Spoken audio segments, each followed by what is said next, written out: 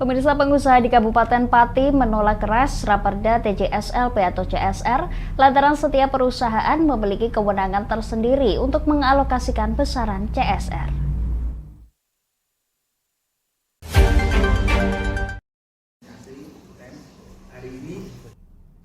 Pengusaha yang tergabung dalam berbagai perkumpulan di Kabupaten Pati menyatakan penolakan terhadap batasan Raperda TJSLP atau CSR lantaran memberatkan para pengusaha.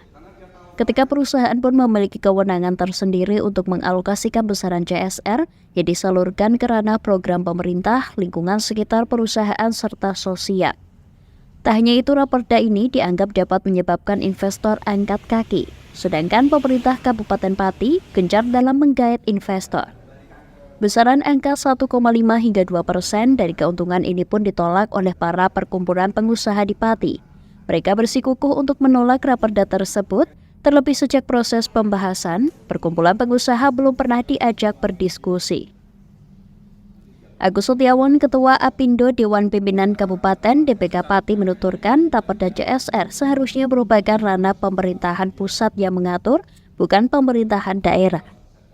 Sebagaimana termaktub dalam pasal 74 ayat 4 Undang-Undang Nomor 40/2007 dan putusan MK Nomor 53/PUU ke-6/2008. CSR, kami bersikap tegas bahwa kami menolak perda tersebut kalau memang mau dikeluarkan perda. Tak hanya itu, Ketua Kadin Pati, Didik Supriyanto menuturkan CSR tetap bisa dijalankan oleh para perusahaan, namun tanpa aturan baku, presentase dan dikelola secara mandiri. Dana CSR itu sudah kita kelola masing-masing di perusahaan kita masing-masing.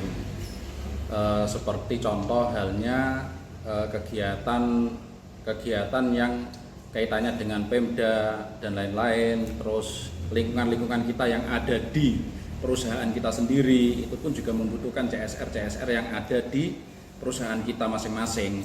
Kalau seandainya dana-dana CSR ini ditarik ke pemerintah, terus lingkungan dan anak-anak yatim, terus kayak pemerintah daerah yang minta sumbangan larinya kemana? Masa langsung kita arikan ke pemerintah semua, kan ya lucu kan?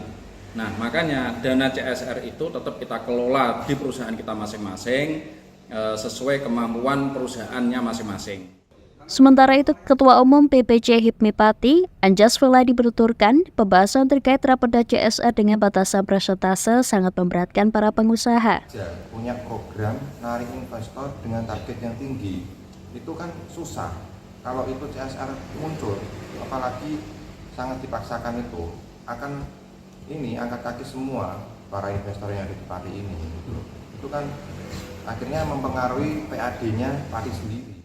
Para pengusaha pun serempak menolak adanya Raperda CSR. Persentase tersebut dianggap memberatkan lantaran tantangan pebisnis cukup kompleks, sementara masih diberikan beban persentase CSR dari keuntungan. Dari Pati, Mutia Parasti, Lingkar TV melaporkan.